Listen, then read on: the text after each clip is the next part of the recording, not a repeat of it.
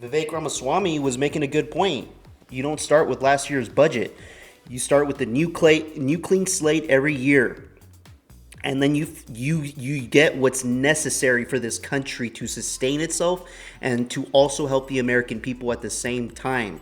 But when you have stupid programs where a lot of the Democrats, and I'm not going to lie, probably some Republicans too, have been using programs through various agencies, through unelected bureaucrats, to send money to other foreign countries for programs that make no sense and no benefit for the American people.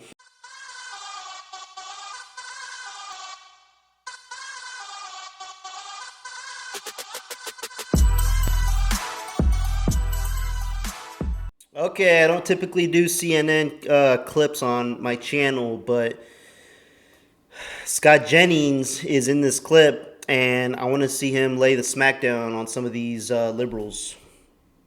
Yeah, y'all got to bench Elon, man. Y'all gonna have to bench Elon. Elon is not going to be long for this world as a major American political figure. I watched his interview with Fox. He said, during the interview, I don't know why I have to do this. He's annoyed at the perch that he is on right now and the way he's being perceived. He's opened himself up to a level of scrutiny that I don't think that he's going to be able to bear. I don't think so. Well, his companies are certainly having a hard time. Well, listen, I don't think we're going to have to pass the hat for Elon Musk. The guy's worth $300 billion. Do the math. If he put his money in tax-free government bonds, he would get $15 billion a year without touching the principal. So these setbacks that people are so concerned about, I wouldn't worry about it. I think it's patriotic what he's doing. I think that he's a disruptor. I think he is looking for fraud, corruption, and waste. And you know what? If we find fraud, corruption, and waste, and we end it, then we have more money for hospitals. We have more money for education. We have more money for infrastructure. Is that a bad thing? I'll tell you what is not. Let me tell you what is actually doing that, but there's not not a lot of evidence. I'll tell you what is bad and what is not patriotic is calling Mark Kelly a traitor. He called him a traitor today for having gone and visited Ukraine, which many Republicans and Democrats in Congress and in the Senate have done in the last several years. Mark Kelly is a naval aviator. He flew missions in the Gulf War. He has logged over 5,000 hours flying for the Navy. He then went on to be the pilot for the space shuttle. He serves in Congress. Elon Musk has absolutely no right, who has never served this country, who serves a president who made up a story about bone spurs so he could avoid the draft, has absolutely no right to call Mark Kelly, who is a patriot, who has served this country to the point of risking his life, and calling him a traitor. That is something we should all condemn. I don't like that kind of language from either side, and it's gotten out of hand. Well, first of all, I would never denigrate somebody who served our country and call them a traitor unless I had material evidence that they were actually a traitor. So I think that Elon Musk is not a politician. He's not somebody that is what we would say politically astute. But I think he serves a great purpose in uncovering fraud, corruption, and waste. And I think it's a patriotic act on his part. Look, I spent 5 years in City Hall working on government efficiency projects, and here's my advice for Elon.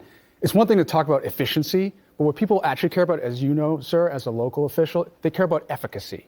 So if you look on the Doge board, it just shows how much they're cutting from the federal government. How about a board that shows how long passport times are taking, that shows how quickly people in the Veterans Affairs are getting their benefits? That's what people actually care about. And if he does that board and shows that he's making progress on that, that's showing that government is actually working for people. I think everyone here can get behind that.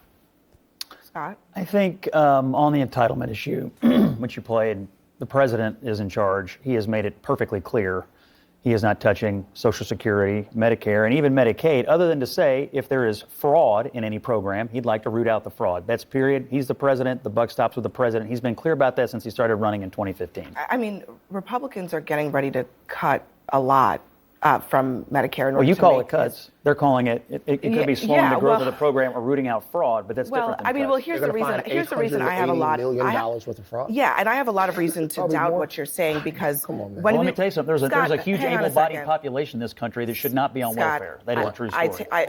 Okay, first of all, Well, that's welfare, actually not true. Hold on a second. Yes, it welfare is. not the Yes, it biggest is. driver of this, actually.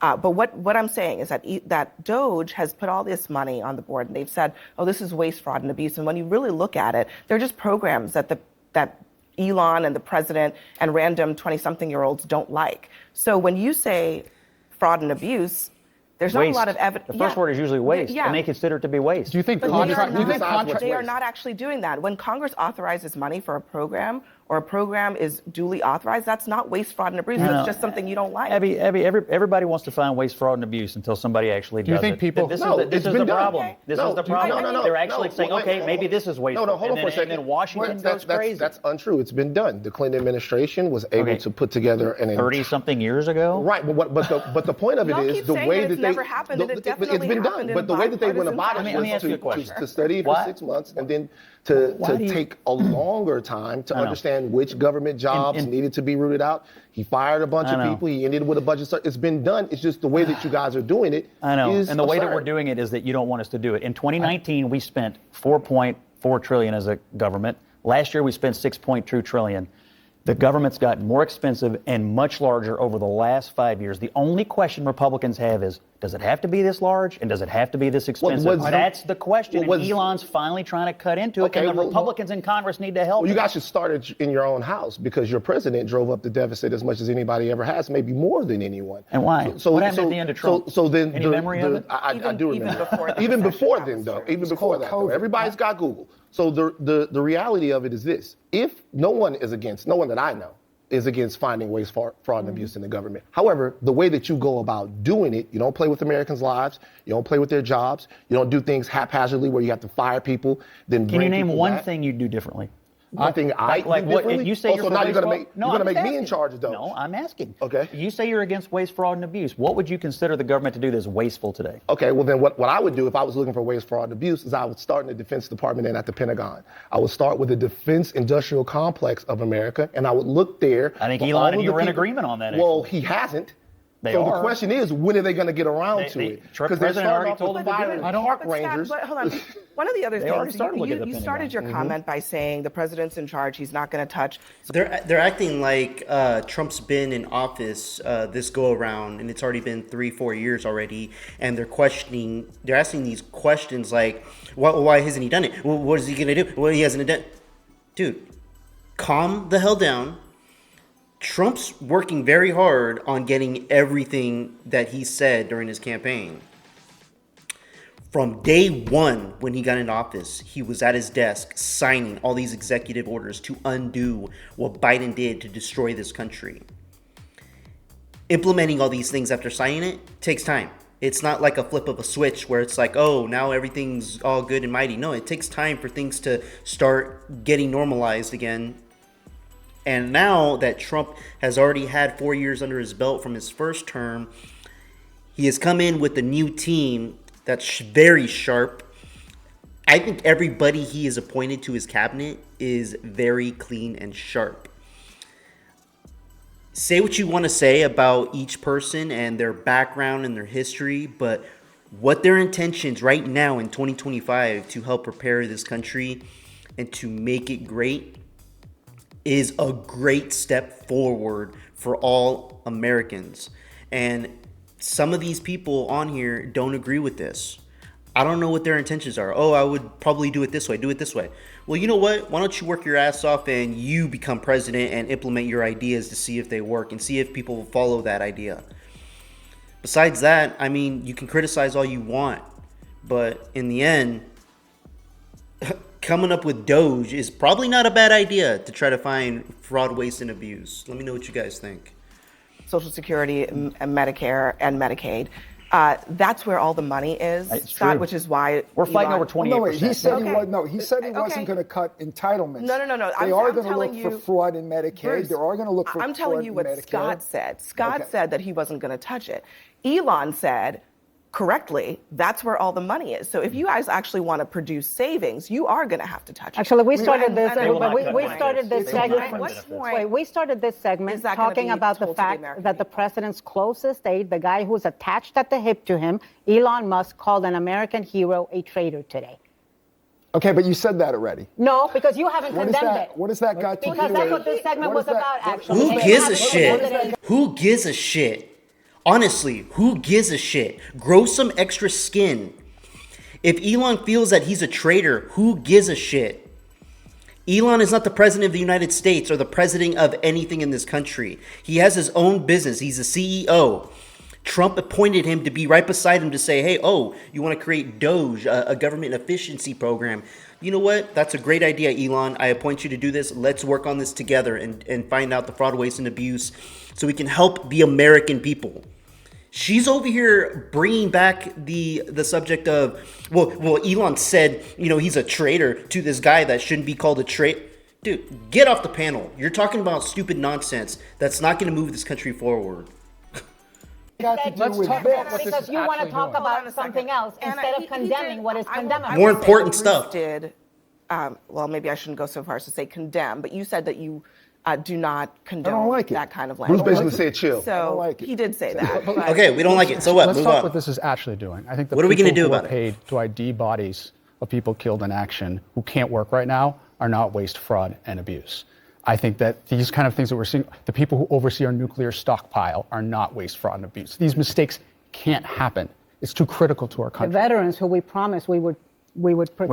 We will never spend unless some administration has the guts to see this through. We will never ever spend less. We will never have a smaller government. I take everything your point. has a constituency I take your in point Washington about finding the spending that you want to cut, but I think there's no question, even Republicans agree, and we talked about this last week, this has been done in a haphazard way to the point where the president himself had to hear it from his cabinet secretaries who were asking, what's happening at the VA? Why are you cutting all these people?